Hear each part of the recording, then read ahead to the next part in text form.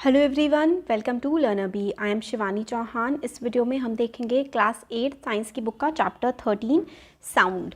तो जो साउंड है, आपको पता है आवाज़ होती है साउंड। तो इसके बारे में क्या पढ़ना है आप लोगों ने। How do you come to know that a period is over in the school. अब तो खैर बच्चों आजकल तो स्कूल बंद है आप लोगों का, बट जब स्कूल में जब जाते थे तो आप लोगों को कैसे पता लगता था कि भाई ये वाला पीरियड ख़त्म हो गया है। आवाज़ आती थी, टिन टिन घंटी बजती है। You come to know easily that someone is at your door when he knocks और you hear the sound of the doorbell. आपके दरवाजे पे कोई खटखटाता है, कोई नॉक करता है या फिर आपको डोरबेल की आवाज़ आती है तो हमें समझ में आ जाता है कि डोर पर कोई है। Most of the time you can make out that someone is approaching you by just hearing the footstep. तो आप लोग कई बार समझ आते हैं कि फुटस्टेप आपने सुने और कि भाई आसपास कोई है। You might have played a game called hide and seek. छुपन छुपाई, लुका छुपी वाला गेम भी हमने बचपन में खेला है।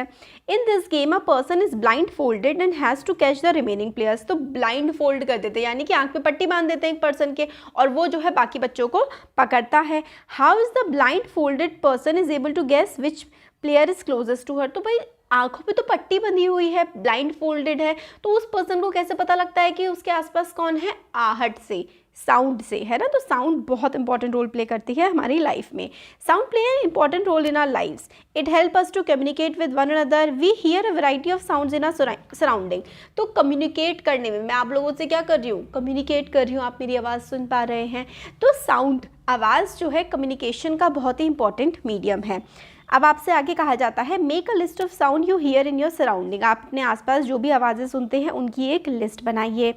In the music room of your school you hear the sound produce by musical instrument like flute, tabla, harmonium. Music room में, स्कूल में फ्लूट, तबला, हारमोनियम वगैरह अलग अलग इंस्ट्रूमेंट्स जो हैं इनकी आवाज़ें हम लोग को सुनाई देती हैं। How is sound produced? But ये आवाज़ें आ तो रही हैं, ये आवाज़ें आती कहाँ से हैं? ये साउंड प्रोड्यूस कैसे होती है? How does it travel from one place to another? ये एक जगह से दूसरी जगह कैसे ट्रैवल करती है? How do we hear sound? हमें आवाज़ें आती कैसे हैं? Why are some sounds louder than others? कुछ आवाज़ें दूसरी आवाज़ों से ज़्यादा क्यों होती हैं? ये सारी की सारी चीज़ें हम इस चैप्टर में डिस्कस करने वाले हैं। Sound is produced by a vibrating body. अब आप लोगों से अगर एग्जाम में पूछा जाए कि हाउ साउंड इज़ प्रोड्यूस्ड, एक नंबर का क्वेश्चन है छोटा सा, तो आप लोग आंसर देंगे कि sound is produced by a vibrating body. जब कोई चीज़ वाइब्रेट ना करे, जब तक कोई चीज़ हिलेगी नहीं, तब तक साउंड नहीं आएगी। Touch the school bell when it is not in use. School bell को एक बार आप छू के देखें जब वो यूज़ में ना है, नहीं है, आपको कुछ फील हुआ? Again touch it when producing sound, can you feel it vibrating? आप किसी भी चीज़ को, चाहे मंदिर की जो घंटी है, अगर आपने उसको ऐसे ही पकड़ा है, ठीक है, तो वो मतलब नॉर्मल सी होगी, बट अगर आप उसको एक बार हिला देंगे ना तो आप फील करेंगे, फिर दोबारा छुएंगे तो उसमें कुछ वाइब्रेशन सी आ रही होती है। जब आप कोई स्विच भी चलाते हैं तो उसमें भी कुछ ना कुछ वाइब्रेशन होती है ना। तो वाइब्रेशन की वजह से ही साउंड क्रिएट होती है। एक्टिविटी 13.1 है कि एक मेटल का पेन लीजिए, उसको एक टांग दीजिए एक जगह पर और एक लकड़ी से उस पे मारिए। तो क्या आपको मतलब अपनी फिंगर में कुछ वाइब्रेशन फील हुई है? तो हाँ, होगी। वाइब्रेशंस क्रिएट होती हैं, उसकी वजह से ही साउंड आती है। Again strike the plate with the stick and hold it tightly with your hands immediately after striking.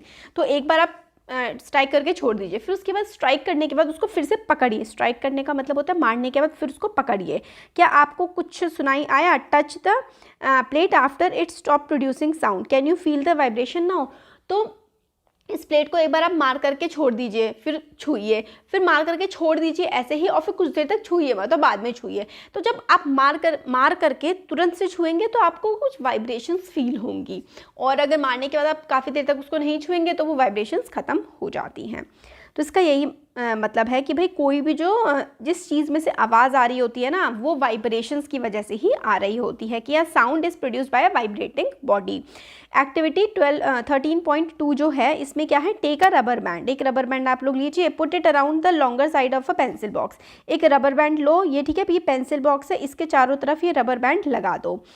Insert 2 pencils between the box and stretch the rubber now. तो मतलब इस तरीके से आपने अपना बॉक्स लिया, उसके साइड में 2 पेंसिल रख दी और फिर उसके ऊपर से ऐसे करके रबर लगा दी। Now plug the rubber band somewhere in the middle. फिर उसके बाद आप क्या करिए, इसको बीच में से ना रबर बैंड को जैसे ये बच्चा खींच रहा है इस तरीके से आप खींचिए। Do you hear any sound? आप एकदम से रबर बैंड को चट करके फिर छोड़ेंगे तो आवाज़ आती है ना, और आप देखेंगे कि वो रबर बैंड भी काफ़ी देर तक हिलता रहता है। तो वाइब्रेटिंग बॉडी साउंड क्रिएट करती हैं, ये चीज़ भाई हमें आ गई समझ। As we have learned in class 7th में भी हमने पढ़ा था दैट टू एंड फ्रो और back and forth motion of an object is called vibration. Vibration का क्या मतलब होता है? टू एंड फ्रो और बैक एंड फॉर्थ, मतलब कोई चीज़ ऐसे करके जा रही है आगे, फिर इसी प्लेस पे वापस आ रही है, फिर जा रही है, फिर इसी प्लेस पे वापस आ रही है। इस तरीके का जो मोशन होता है ना, उसको हम लोग कहते हैं vibration. When a tightly stretched band is plucked it vibrates and produces sound. जब मतलब कोई बैंड होता है उसको आप एकदम से खींच देते हैं और फिर उसको छोड़ते हैं तो उसमें से साउंड क्रिएट होती है। When it stop vibrating it does not produce any sound. जब हिलना बंद कर देता है वो बैंड या कोई भी चीज़, तो उसमें से साउंड प्रोड्यूस नहीं होती है। जैसे कि रूम में पंखा चलता है, कूलर चलता है, एसी चलता है, वाइब्रेट हो रहा होता है सब कुछ, तभी उनमें से आवाज़ें भी आ रही होती हैं। एक्टिविटी 13.3 देखिए, इसमें हमें बोला गया है टेक अ मेटल डिश। एक मेटल की आप लोग को क्या करना है, डिश लेनी है, यानी कि ये मेटल का जैसे बर्तन है ऐसे ले लीजिए, उसमें आप पानी डाल दीजिए। Strike it as its edge with spoon, मतलब आप एक इस तरीके से का कोई भगोना टाइप का ले लीजिए, उसमें आप क्या करिए पानी भर दीजिए और एक चम्मच से उस पर मारते रहिए। तो आप लोग देखेंगे कि वो पानी जो है उसमें ऐसे ऐसे करके वाइब्रेशंस की वजह से क्या बन रहा है, तो लहरें टाइप की, उसमें नहीं लहरें नहीं, मतलब वो हिल सा रहा होता है ना पानी। तो आप देख सकते हैं कि वो कैसे वाइब्रेट हो रहा है, पानी में वेव्स आ रही होती हैं। तो ये जो सिचुएशन चेंज हो रही होती है ना, इससे हमें समझ में आता है कि कोई भी जिस भी चीज़ में से आवाज़ आ रही होती है वो ऑब्जेक्ट हमेशा वाइब्रेट हो रहा होता है। अ vibrating body creates a sound. इस चीज़ से हम लोगों को समझ में आ जाता है।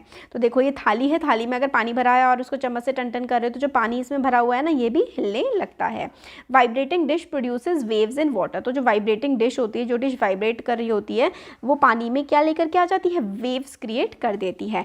We see that a vibrating object produces sound. In some cases the vibrations are easily visible to us. तो हमें समझ में आ गया कि जो वाइब्रेटिंग बॉडी होती है वो साउंड क्रिएट करती है, और कुछ केसेस में हम लोगों को वाइब्रेशंस दिख भी जाती हैं। But in most cases their amplitude is so small that we cannot see them. However, we can feel them. तो कई बार क्या होता है, इनका एम्पलीट्यूड मतलब इतने छोटे लेवल पे ये होती हैं कि हम लोग उन्हें देख तो नहीं सकते, बट वाइब्रेशंस को फील ज़रूर हम कर सकते हैं। बहुत सारी एक्टिविटीज़ हैं। अब देखो एक्टिविटी 13.4 में take a hollow coconut shell. तो कोकोनट शेल मतलब जो वो होता है ना, नारियल आपने खा लिया उसके बाद उसका ये शेल जो होता है ये बच जाता है। And make a musical instrument, एक तारा, इससे म्यूजिकल इंस्ट्रूमेंट भी बन जाता है। You can also make it with the help of a earthen pot. Earthen pot यानी कि मिट्टी के घड़े से भी आप लोग बना सकते हैं और इंस्ट्रूमेंट को प्ले करिए। मतलब इसमें क्या है कि आप लोगों ने ये दिया नारियल का खोल, इसके नीचे एक डंडी लगा दी, और ऊपर से क्या किया आपने, इसका धागा बांध दिया। ठीक है, फिर जो धागा होता है ना, और इस तरीके के धागे से आप लोग बजाएंगे तो बहुत ही प्यारी सी साउंड आती है। Make a list of familiar musical instrument and identify there vibrating parts. तो आप जो इंस्ट्रूमेंट्स हैं उनको लीजिए, म्यूजिकल इंस्ट्रूमेंट, और देखिए भाई वो कौन से पार्ट कहाँ से वाइब्रेशन कर रहा है। कभी आपने गिटार बजाया हो, तबला बजाया हो, तो देखा होगा कि वो काफ़ी तेज़ हिलता है, वाइब्रेशंस क्रिएट करता है। फ्यू एग्जाम्पल जो है टेबल में भी दिए हुए हैं, जैसे कि वीणा जो है, वीणा का जो है वायर, तबला का जो है वो जो ऐसे करके ये होता है ना, तबला का ये वाला जो पार्ट होता है वो वाइब्रेशन क्रिएट करता है। तो और भी आप लोग टेबल इसमें भर सकते हैं। Many of you might have seen the मंजीरा। मंजीरा जो होता है ना, जैसे कि जो भजन कीर्तन हो रहे थे ऐसे ऐसे करके मंजीरा होता है, फिर उसको टक टक टक टक करके बजाते हैं, इसको और इसको मिला करके बजाते हैं, जिसको सिम्बल्स कहते हैं। एंड घंटम एंड द नूट, mud pots and the kartal, these musical instrument are commonly used in many part of a country. तो करताल हो गया, मंजीरा हो गया, ढोलक हो गई, या फिर पॉट को भी कई बार बजाते हैं। तो इसमें क्या करते हैं, सिंपली इसको एक हाथ से बजाते हैं, टप टप टप टप, और एक प्यारी सी अच्छी सी साउंड इसमें से सिंपली बीट करते हैं और आवाज़ आती है। तो आप भी अपना कोई म्यूजिकल इंस्ट्रूमेंट बना सकते हैं। और मेरे को पूरी उम्मीद है जब आप लोग अपनी क्लास में डेस्क में बैठे होते होंगे तो उसमें तबला ज़रूर बजाते होंगे, सारे बच्चे बजाते हैं।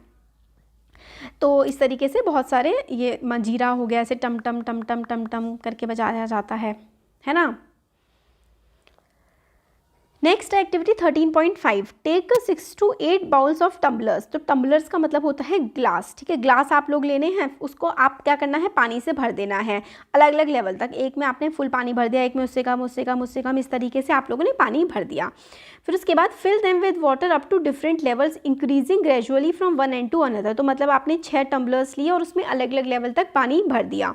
Now take a pencil and strike the bowls gently. फिर उसके बाद आप क्या करिए, आप एक पेंसिल लीजिए, जो ये भरे हुए टम्बलर्स हैं, एक आपने फुल भरा हुआ है, एक उससे कम भरा हुआ है, फिर आप सब पे ना पेंसिल स्ट्राइक करिए। Now strike a pencil to the bowls gently, strike all of them in succession. मतलब एक के बाद एक के बाद एक, आप पहले इसमें बजा रहे हैं, फिर इस पे, फिर इस पे, इस तरीके से सक्सेशन में आप बजाते जाइए, तो आप देखेंगे कि ये काफ़ी अच्छी सी साउंड्स में क्रिएट होती है। दिस इज़ कॉल्ड योर जल तरंग। तो इसमें काफ़ी प्यारी सी साउंड क्रिएट होती है। मतलब आप कोई भी अगर दो बॉडीज़ हैं उनको आपस में स्ट्राइक करेंगे ना, तो उसमें से वो वाइब्रेट करेंगी और vibrating body makes sound. When we plug the string of a instrument like the sitar, the sound that we hear is not only that of the string। तो जब हम लोग क्या करते हैं, सितार जो होता है उसकी स्ट्रिंग को, उसका जो ऐसे करके धागा या ताना होता है, उसको जब हम खींचते हैं तो उसमें से एक वाइब्रेशन होती है। The whole instrument is force to vibrate and it is the sound of the vibration of the instrument that we hear. तो जो वाइब्रेशन होता है ना उस इंस्ट्रूमेंट में, उसी की आवाज़ हम लोगों को सुनाई देती है। Similarly when we strike the membrane of a mridangam, the sound that we hear is not only that of the membrane but the whole body of the instrument. तो जो मृदंगम हो गया, सितार हो गया, इसमें क्या होता है कि जो पूरी की पूरी बॉडी होती है ना, मतलब इंस्ट्रूमेंट, कई बार कोई कोई ऐसा म्यूजिकल इंस्ट्रूमेंट होता है जिसके एक पार्ट से ही आवाज़ आ रही होती है, और कोई कोई ऐसा इंस्ट्रूमेंट होता है जिसकी पूरी की पूरी बॉडी में से हम लोगों को आवाज़ आ रही होती है। When we speak does any part of our body vibrate. अब हम लोग बोल रहे हैं, इसमें भी तो आवाज़ आ रही है, तो हमारी बॉडी का ऐसा कौन सा पार्ट है जो वाइब्रेट कर रहा है? तो sound produced by humans. Speak loudly for a while और सिंग अ सॉन्ग और बज लाइक अ बी। तो बीज जो होती हैं वो बज करती हैं, है ना, या फिर आप लोग गाना गा रहे हैं या बोल रहे हैं, तो हमारी बॉडी में से अगर आवाज़ आ रही है तो बॉडी का कोई ना कोई पार्ट ऐसा ज़रूर होगा जिसमें वाइब्रेशन हो रही होगी। तो देखते हैं, put your hand on the throat. आप अपने गले पे हाथ रखिए, जैसे कि फिगर 13.8 में बताया गया है ना, अपने थ्रोट पर इस तरीके से हाथ रखिए। Do you feel any vibrations? अभी आप बोलते हुए ना अपने थ्रोट पर जब हाथ रखेंगे तो आप लोगों को वाइब्रेशन फील होगी। In humans the sound is produced by the voice box और larynx. This is very important. एक नंबर के MCQs में आ सकता है कि भाई हमारी जो ह्यूमंस होते हैं, हम लोग किस तरीके से वॉइस को प्रोड्यूस करते हैं। तो ह्यूमंस में, हमारे में जो हमारा थ्रोट, हमारा गला होता है, इसमें वॉइस बॉक्स होता है जिसको हम लोग लाइरेक्स भी बोलते हैं।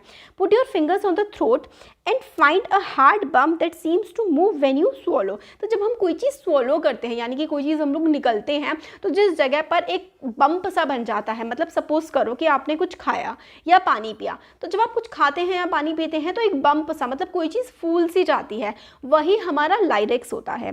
This part of the body is known as voice box. It is the upper end of the windpipe. तो हमारा जो एक तो देखिए हमारे थ्रोट में विंड पाइप होता है और एक हमारा फूड पाइप होता है। तो विंड पाइप के जो अपर पार्ट होता है ना, वही लाइरेक्स या फिर वॉइस बॉक्स होता है। The two vocal cords are stretched across the voice box or larynx in such a way that it leaves a narrow slit between them for the passage of air। तो देखो यहाँ पर क्या होता है, voice box होता है ना, वॉइस बॉक्स जिसको हम लोग लाइरेक्स बोलते हैं। लाइरेक्स के नीचे ना दो वोकल कॉर्ड्स होते हैं। तो जो वोकल कॉर्ड्स होते हैं ना, are stretched across voice box. तो जैसे कि सपोज करो ये वॉइस बॉक्स है और ये हमारे ऐसे करके यहाँ पे वोकल कॉर्ड्स आ रहे हैं, इन दोनों के बीच में ना गैप होता है ताकि जो एयर है वो पास हो पाए। Are stretch across the voice box and larynx in such a way that it leaves a narrow stilt. मतलब बहुत ही हल्का सा इसमें गैप होता है ताकि हवा जो है वो इजीली पास कर पाए। When the lungs force air through the स्टिल्ट, तो जो स्टिल्ट होता है, जो गैप होता है, जब हमारे लंग्स की हेल्प से हम लोग एयर को फोर्स करते हैं, द वोकल कॉर्ड्स वाइब्रेट। तब ये जो दोनों वोकल कॉर्ड्स है ना, देखिए कोई भी चीज़ है वाइब्रेट कर रही है तो उसके बीच में कुछ ना कुछ गैप भी होगा। इसलिए जो हमारा लाइरेक्स होता है, जहाँ से हमारी वॉइस प्रोड्यूस होती है, लाइरेक्स और वॉइस बॉक्स के बीच में ना गैप होता है, और उसमें से एयर का पैसेज होता है और उसी की वजह से वाइब्रेशन होती है, इसकी वजह से साउंड आती है। Muscles attach to the vocal cords can make the cords tight or loose. जो मसल हमारे वोकल कॉर्ड से अटैच होती है ना, उसकी हेल्प से कई बार हम लोग की आवाज़ भारी हम लोग निकालते हैं, कई बार पतली आवाज़ निकालते हैं। उससे क्या होता है, हमारे जो वोकल कॉर्ड्स होती हैं वो टाइट हो जाती हैं या लूज हो जाती हैं। When vocal cords are tight and thin the type of quality of voice is different. जब हमारी जो वोकल कॉर्ड्स की जो मसल होती है, जब वो थिन हो रखी होती है, मोटी हो रखी होती है या बारीक हो रखी होती है, तो हमारी जो वॉइस की क्वालिटी है ना वो बदल जाती है। Quality of voice is different from that when they lose and thick. तो किस तरीके से वोकल कॉर्ड फंक्शन करती है ये अब हम लोग देखने वाले हैं। तो मतलब जब वोकल कॉर्ड जो है वो स्ट्रेच होते हैं उसमें, तो हमारी वॉइस में वेरिएशंस आते हैं। अब एक्टिविटी 13.6 है, इसमें क्या है, take 2 rubber strips of same size. मतलब जैसे कि जो ये देखो यहाँ पे दिखा रखा है ना, इस तरीके की रबर स्ट्रिप्स जो हैं आप लोगों को लेनी है, सेम साइज़ की वो होनी चाहिए। Place these 2 pieces one above the other and stretch tight. तो एक दूसरे के ऊपर इन रबर बैंड्स को आप लोग लगा दीजिए और क्या करिए, स्ट्रेच करिए। Now blow air through the gap between them. और ये जो दोनों रबर बैंड्स या फिर बैंड्स टाइप के हैं ना, इनके बीच हल्का सा आपको गैप रखना है और उसके बीच में आपको क्या करनी है, हवा मतलब फूंकना है। As the air blows through the stretched rubber strips, a sound is produced। तो देखिए 2 रबर स्ट्रिप्स के बीच में आपने हल्का सा गैप छोड़ा है, इसमें से जब हवा जाती है ना तो एक साउंड प्रोड्यूस होती है। You can also take a piece of paper with a narrow stilt and hold it. आप लोग एक पीस ऑफ पेपर भी ले सकते हैं और उसको मतलब जिसमें हल्का सा गैप हो और उसको होल्ड करें और उसमें से हवा फूकेंगे ना, तो आप देखेंगे कि पट्ट करके कोई ना कोई मतलब आवाज़ आएगी। Now blow through the stilt and listen the sound.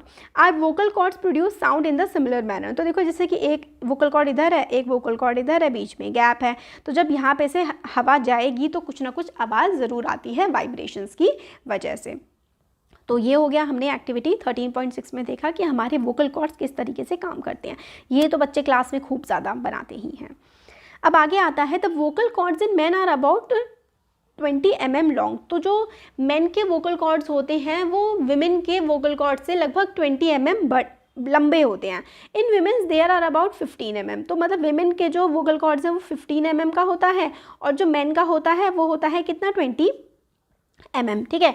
Children का जो वोकल कॉर्ड होता है वो काफ़ी छोटा होता है, इसीलिए ही जो बच्चों की आवाज़ होती है वो काफ़ी पतली होती है। और यही रीज़न है कि बच्चों की और मेन की या विमेन की, आदमी औरत की और बच्चे की आवाज़ में अंतर होता है, क्योंकि हमारे जो वोकल कॉर्ड्स होते हैं वो काफ़ी डिफरेंट होते हैं। अब एक चीज़ तो हम लोगों को, हमें इसमें क्या क्या हमने समझा है, एक तो ये है कि वाइब्रेटिंग बॉडी जो होती है ना वही आवाज़ क्रिएट करती है। Sound is produced by a vibrating body. कोई भी जो चीज़ वाइब्रेट कर रही है वही साउंड प्रोड्यूस कर रही है।